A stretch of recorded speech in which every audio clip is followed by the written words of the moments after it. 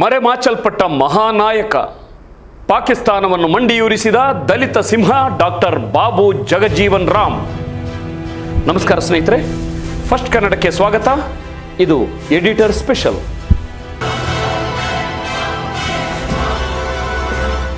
ಭಾರತದ ಇತಿಹಾಸವನ್ನು ನಾವು ಓದುವಾಗ ಕೆಲವು ಹೆಸರುಗಳು ನಮಗೆ ಪದೇ ಪದೇ ಕೇಳಿಸುತ್ತವೆ. ಆದರೆ ಇಡೀ ದೇಶದ ದಿಕ್ಕನ್ನೇ ಬದಲಾಯಿಸಿದ, ಪಾಕಿಸ್ತಾನದ ಸೇನೆ ನಮ್ಮೆದುರು ಅಕ್ಷರಶಃ ಮಂಡಿಯೂರುವಂತೆ ಮಾಡಿದ ಒಬ್ಬ ಅಪ್ರತಿಮ ನಾಯಕನ ಹೆಸರನ್ನು ಇತಿಹಾಸದ ಪುಟಗಳಲ್ಲಿ ಬಹಳ ವ್ಯವಸ್ಥಿತವಾಗಿ ಮರೆಮಾಚಲಾಗಿದೆ. ನಿಮಗೆ ಗೊತ್ತಾ, 1936ರಿಂದ 1986ರವರೆಗೆ ಸತತ 50 ವರ್ಷಗಳ ಕಾಲ ಯಾವುದೇ ಬ್ರೇಕ್ ಇಲ್ಲದೆ ಸಂಸದರಾಗಿ, ಶಾಸಕರಾಗಿ ಆಯ್ಕೆಯಾದ ಜಗತ್ತಿನ ಏಕೈಕ ನಾಯಕ ಯಾರು ಅಂತ? ಆ ರೆಕಾರ್ಡ್ ಇವತ್ತಿಗೂ ಯಾರಿಂದಲೂ ಬ್ರೇಕ್ ಮಾಡಲಿಕ್ಕೆ ಸಾಧ್ಯವಾಗಿಲ್ಲ. ಅವರು ಬೇರಾರು ಅಲ್ಲ, ಭರತ ಖಂಡ ಕಂಡ ಅಪ್ರತಿಮ ಮುತ್ಸದ್ದಿ, ಆಧುನಿಕ ಭಾರತದ ರಕ್ಷಣಾ ವ್ಯವಸ್ಥೆ, ಕೃಷಿ ಕ್ರಾಂತಿ ಮತ್ತು ಸಾಮಾಜಿಕ ನ್ಯಾಯದ ಬಹುದೊಡ್ಡ ರೂವಾರಿ ಬಾಬೂಜಿ ಎಂದೇ ಕರೆಯಲ್ಪಡುವ ಡಾಕ್ಟರ್ ಬಾಬು ಜಗಜೀವನ್ ರಾಮ್. ಇಂದಿನ ಯುವ ಪೀಳಿಗೆಗೆ ಅವರ ನೈಜ ಹೋರಾಟ, ಅವರು ಎದುರಿಸಿದ ಭೀಕರ ರಾಜಕೀಯ ಪಿತೂರಿಗಳು, ಪ್ರಧಾನಿ ಕುರ್ಚಿಯಿಂದ ಅವರನ್ನು ದೂರವಿರಿಸಲು ಅವರ ಸ್ವಂತ ಮಗನನ್ನೇ ಬಲಿಪಶು ಮಾಡಿದ ನೀಚ ಷಡ್ಯಂತ್ರ ಮತ್ತು ಇಂದಿರಾ ಗಾಂಧಿಯವರನ್ನೇ ಕಟ್ಟಿ ಹಾಕಿದ ಅವರ ಎದೆಗಾರಿಕೆಯ ಕತೆ ಗೊತ್ತಿಲ್ಲದಿರುವುದು ಬಹುದೊಡ್ಡ ದುರಂತ. ಬನ್ನಿ, ಇವತ್ತಿನ ಈ ವಿಡಿಯೋದಲ್ಲಿ ನಾವು ಓದಲೇಬೇಕಾದ, ತಿಳಿಯಲೇಬೇಕಾದ ಆ ನೈಜ ಇತಿಹಾಸವನ್ನು ಎಳೆ ಎಳೆಯಾಗಿ ಬಿಚ್ಚಿಡೋಣ. ಬೆಂಕಿಯ ಕಿಡಿ ಹೊತ್ತಿಕೊಂಡಿದ್ದು ಹೇಗೆ? ಇವತ್ತಿನ ದಿನ ಅಂದರೆ ಏಪ್ರಿಲ್ 5, 1908 ಬಿಹಾರದ ಒಂದು ಸಣ್ಣ ಹಳ್ಳಿಯಲ್ಲಿ ಶೋಭಿರಾಮ್ ಮತ್ತು ವಸಂತಿ ದೇವಿ ದಂಪತಿಗೆ ಜನಿಸಿದ ಹುಡುಗ ಈ ಜಗಜೀವನ್ ರಾಮ್.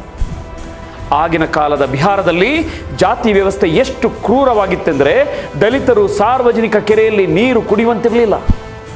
ಬಾಬೂಜಿ ಬೆಳೆದಿದ್ದು ಇದೇ ಶೋಷಣೆಯ ಮಧ್ಯೆ. ಆದರೆ ಅವರಲ್ಲಿದ್ದ ಬಂಡಾಯದ ಕಿಡಿ ಸ್ಫೋಟಿಸಿದ್ದು ಬನಾರಸ್ ಹಿಂದೂ ವಿಶ್ವವಿದ್ಯಾಲಯದಲ್ಲಿ ಓದ್ತಿದ್ದಾಗ. ಅಲ್ಲಿ ಏನಾಯ್ತು ಗೊತ್ತಾ?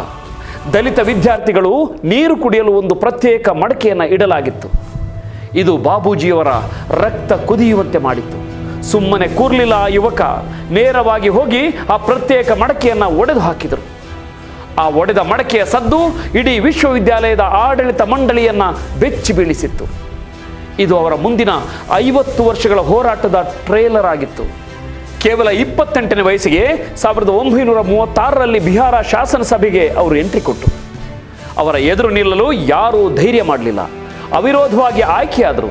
1946ರಲ್ಲಿ ನೆಹರು ಸಂಪುಟದಲ್ಲಿ ಅತ್ಯಂತ ಕಿರಿಯ ಮತ್ತು ಏಕೈಕ ದಲಿತ ಸಚಿವರಾಗಿ ಅಧಿಕಾರ ವಹಿಸಿಕೊಂಡರು.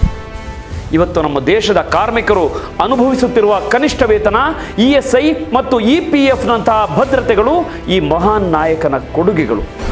1971ರ ಇಂಡೋ ಪಾಕ್ ಯುದ್ಧ ಶತ್ರುವನ್ನು ಮಂಡಿಯೂರಿಸಿದ ಗಂಡುಗಲಿ. ಸ್ನೇಹಿತರೆ, ಈಗ ನಾವು ಬಾಬೂಜಿಯವರ ಬದುಕಿನ ಅತ್ಯಂತ ರೋಮಾಂಚಕ ಘಟ್ಟಕ್ಕೆ ಬರೋಣ.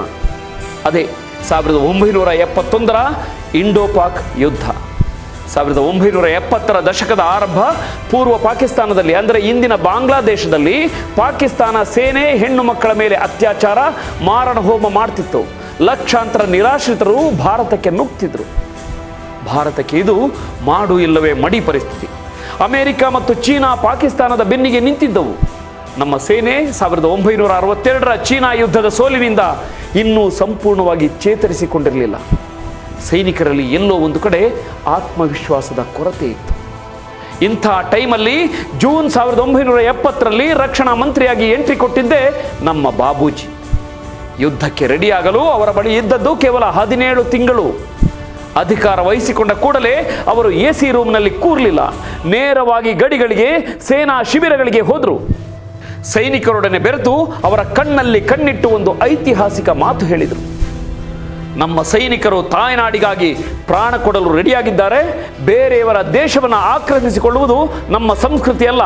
ಆದರೆ ನೆನಪಿರಲಿ, ನಮ್ಮ ಮೇಲೆ ಯುದ್ಧವನ್ನು ಹೇರಿದರೆ ಆ ಯುದ್ಧ ಖಂಡಿತವಾಗಿ ಭಾರತದ ನೆಲದಲ್ಲಿ ನಡೆಯೋದಿಲ್ಲ. ನಾವು ಶತ್ರುಗಳನ್ನು ಅವರದ್ದೇ ನೆಲಕ್ಕೆ ಅಟ್ಟಿ ಯುದ್ಧವನ್ನು ಶತ್ರುಗಳ ನೆಲದಲ್ಲೇ ಗೆಲ್ಲುತ್ತೇವೆ. ಈ ಒಂದು ಭಾಷಣ ಸೈನಿಕರ ನರನಾಡಿಗಳಲ್ಲಿ ವಿದ್ಯುತ್ ಹರಿಸಿತು.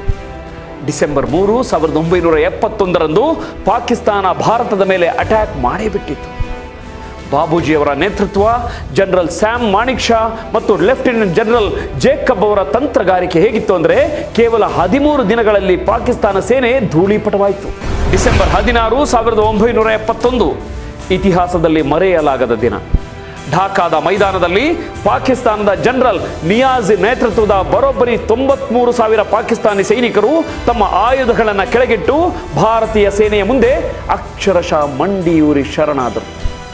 ಒಬ್ಬ ಭಾರತೀಯ ಸೈನಿಕ ಮಂಡಿಯೂರಿ ಕುಳಿತಿದ್ದ ಪಾಕ್ ಸೈನಿಕನನ್ನು ಕೇಳ್ತಾನೆ, ಹೇಗನಿಸುತ್ತೆ ಹೀಗೆ ನಮ್ಮ ಮುಂದೆ ಮಂಡಿಯೂರಿ ಕೂರಲು?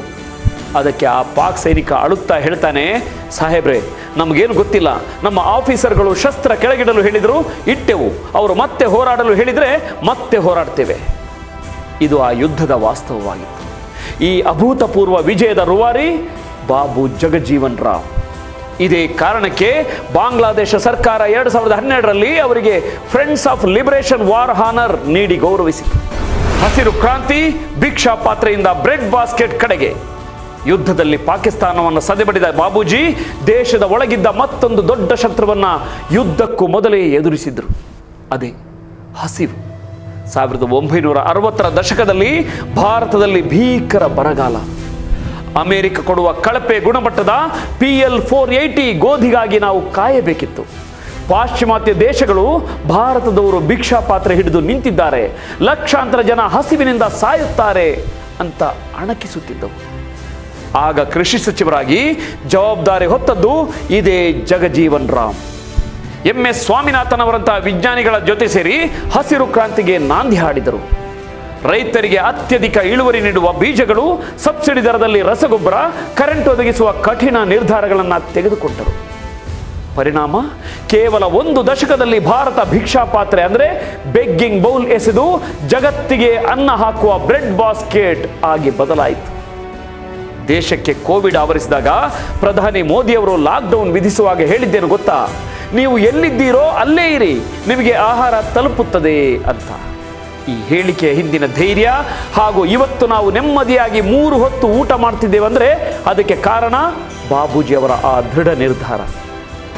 ತುರ್ತು ಪರಿಸ್ಥಿತಿ ಮತ್ತು ಇಂದಿರಾ ಗಾಂಧಿಯನ್ನ ಕಟ್ಟಿ ಹಾಕಿದ ಬಾಬು ಬಿಟ್ಸ್ ಬಾಬಿ. ಯುವಜನರೇ, ಈಗ ಕೇಳಿ ಒಂದು ಮೈ ಜುಮ್ಮನ್ನಿಸುವ ರಾಜಕೀಯ ಕದನದ ಕಥೆ. 1975ರಲ್ಲಿ ಇಂದಿರಾ ಗಾಂಧಿಯವರು ಅಧಿಕಾರದ ಆಸೆಗೆ ದೇಶದ ಮೇಲೆ ಎಮರ್ಜೆನ್ಸಿ ಅಂದರೆ ತುರ್ತು ಪರಿಸ್ಥಿತಿ ಹೇರಿದರು. ಪ್ರಜಾಪ್ರಭುತ್ವದ ಕಗ್ಗೊಲೆಯಾಯಿತು. ಬಾಬೂಜಿ ಕಾಂಗ್ರೆಸ್ನ ನಿಷ್ಠಾವಂತ ನಾಯಕರಾಗಿದ್ದರು. ಅವರ ಮನಸ್ಸು ಒಳಗೊಳಗೆ ಕುದಿಯುತ್ತಿತ್ತು. ಇಂದಿರಾ ಗಾಂಧಿಗೆ ಬುದ್ಧಿ ಹೇಳಲು ಪ್ರಯತ್ನಿಸಿದರು, ಆದರೆ ಸರ್ವಾಧಿಕಾರದ ಅಮಲು ನೆತ್ತಿಗೇರಿತ್ತು. ಫೆಬ್ರವರಿ 2, 1977 ಚುನಾವಣೆ ಘೋಷಣೆಯಾದ ಟೈಮ್.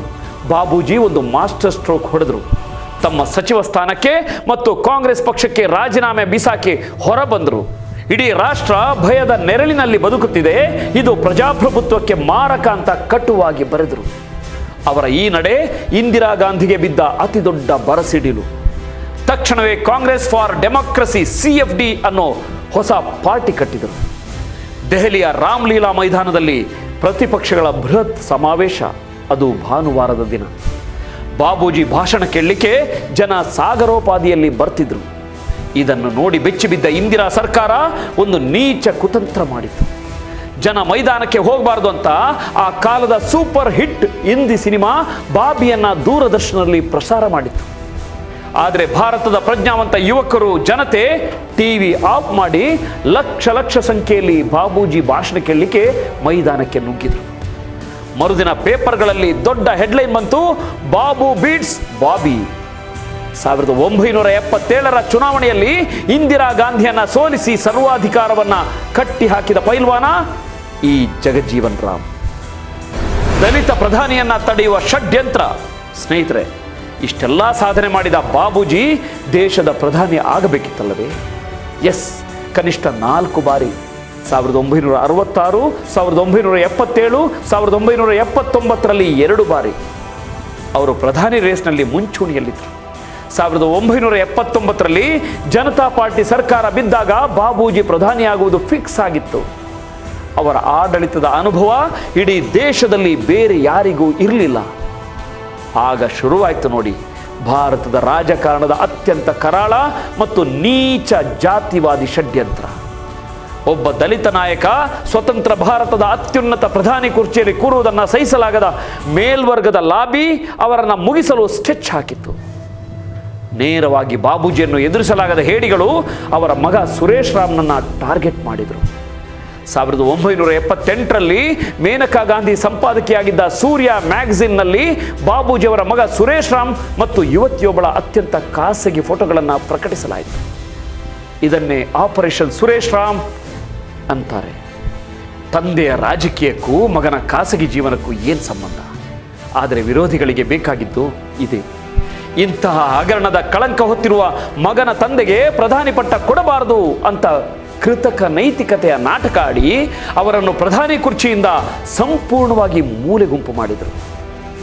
ಬಾಬೂಜಿ ಅವರನ್ನೇ ಕಟ್ಟಿ ಹಾಕಲು ಹೆಣೆದ ಈ ತಂತ್ರ ಭಾರತದ ಇತಿಹಾಸದ ಅತಿ ದೊಡ್ಡ ಕಪ್ಪು ಚುಕ್ಕೆ. ಅಂಬೇಡ್ಕರ್ ವರ್ಸಸ್ ಜಗಜೀವನ್ ಚರ್ಚೆ. ಇವತ್ತಿನ ದಲಿತ ರಾಜಕಾರಣ ಮತ್ತು ಯುವ ಪೀಳಿಗೆಯ ಚರ್ಚೆಗಳನ್ನು ನೋಡಿದರೆ ನಮಗೆ ನಿಜಕ್ಕೂ ಬೇಸರವಾಗುತ್ತೆ, ಅಸಹಾಯಕತೆ ಕಾಡುತ್ತೆ. ಸಂವಿಧಾನ ಶಿಲ್ಪಿ ಡಾಕ್ಟರ್ BR ಅಂಬೇಡ್ಕರ್ ಅವರನ್ನ ಆಕಾಶದೆತ್ತರಕ್ಕೆ ಹೊಗಳುವ ನಮ್ಮದೇ ಯುವಕರು ಬಾಬು ಜಗಜ್ಜೀವನ್ ರಾಮ್ ಅವರನ್ನ ವ್ಯವಸ್ಥೆಗೆ ಶರಣಾದವರು, ಕಾಂಗ್ರೆಸ್ನ ಚಮಚ ಅಂತ ಟೀಕಿಸ್ತಾರೆ. ಇದು ಅವರ ಐತಿಹಾಸಿಕ ಅಜ್ಞಾನ. ಬಹುಜನ ಸಮಾಜ ಪಕ್ಷದಂತ ಅಂದರೆ BSP ಪಕ್ಷಗಳು ಅಂಬೇಡ್ಕರ್ ಅವರನ್ನ ಮಾತ್ರ ಫೋಕಸ್ ಮಾಡಿ ಬಾಬೂಜಿ ಅವರನ್ನ ಮರೆಮಾಚಿದವು. ಆದರೆ ವಾಸ್ತವ ಏನು ಗೊತ್ತಾ?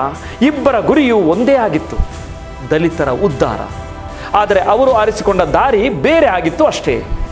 ಬಾಬಾ ಸಾಹೇಬ್ ಅಂಬೇಡ್ಕರ್ ಅವರು ಸಿಸ್ಟಮ್ನ ಆಚೆ ನಿಂತು ಧರ್ಮವನ್ನು ತ್ಯಜಿಸಿ ಸಂವಿಧಾನದ ಮೂಲಕ ಕ್ರಾಂತಿ ಮಾಡಿದರು.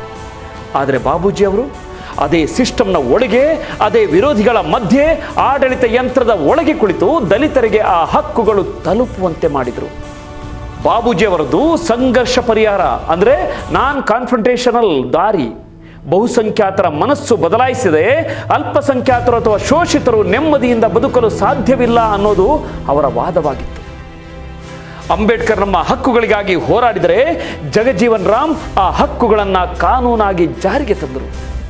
ಅಂಬೇಡ್ಕರ್ ಅವರನ್ನು ಆರಾಧಿಸುವುದು ಎಷ್ಟು ಮುಖ್ಯವೋ, ಆಡಳಿತ ಚುಕ್ಕಾಣಿ ಹಿಡಿದು ದೇಶವನ್ನು ಮುನ್ನಡೆಸಿದ ಜಗಜೀವನ್ ರಾಮ್ ಅವರನ್ನು ಗೌರವಿಸುವುದು ಅಷ್ಟೇ ಮುಖ್ಯ. ಸ್ನೇಹಿತರೆ, ಡಾಕ್ಟರ್ ಬಾಬು ಜಗಜೀವನ್ ರಾಮ್ ಅವರ ಬದುಕು ಕೇವಲ ಒಬ್ಬ ನಾಯಕನ ಕಥೆಯಲ್ಲ. ಅದು ಅಸ್ಪೃಶ್ಯತೆ, ಬಡತನ ಮತ್ತು ರಾಜಕೀಯ ಕುತಂತ್ರಗಳನ್ನು ಮೆಟ್ಟಿ ನಿಂತು ವಿಶ್ವದ ಅತಿದೊಡ್ಡ ಪ್ರಜಾಪ್ರಭುತ್ವವನ್ನು ಮುನ್ನಡೆಸಿದ ಒಬ್ಬ ಅಪ್ರತಿಮ ಯೋಧನ ರೋಚಕ ಇತಿಹಾಸ.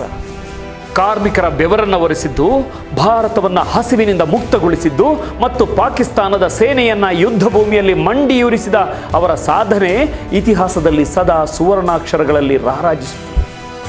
ಇವತ್ತಿನ ಯುವ ಪೀಳಿಗೆ ವಾಟ್ಸಪ್ ಯೂನಿವರ್ಸಿಟಿಯ ಸುಳ್ಳುಗಳನ್ನು ನಂಬದೆ ಈ ಮಹಾನ್ ಚೇತನದ ನೈಜ ಇತಿಹಾಸವನ್ನು ಓದಬೇಕು. ಬಾಬಾ ಸಾಹೇಬ್ ಅಂಬೇಡ್ಕರ್ ಮತ್ತು ಬಾಬೂಜಿ ಇಬ್ಬರು ಭಾರತದ ಸಾಮಾಜಿಕ ನ್ಯಾಯ ರಥದ ಎರಡು ಸಮಾನ ಗಾಲಿಗಳು. ಇದು ಭಾರತದ ಈ ಮರೆಮಾಚಲ್ಪಟ್ಟ ಹೀರೋನ ಕಥೆಯನ್ನ ಪ್ರತಿಯೊಬ್ಬರಿಗೂ ಶೇರ್ ಮಾಡಿ. ಇದು ಯುವ ಜನತೆಯ ಜವಾಬ್ದಾರಿ. ಇವತ್ತು ಅವರ ಹುಟ್ಟಿದ ದಿನ. ಕೇವಲ ಹುಟ್ಟಿದ ದಿನದಂದು ಮಾತ್ರ ಅವರನ್ನು ನೆನಪಿಸಿಕೊಳ್ಳದೆ ಅವರ ಸೇವೆಯನ್ನ ಸದಾ ಕಾಲ ಹಸಿರಾಗಿ ಇಡೋಣ. ಇದೇ ಅವರಿಗೆ ನಾವು ಸಲ್ಲಿಸುವ ಗೌರವ.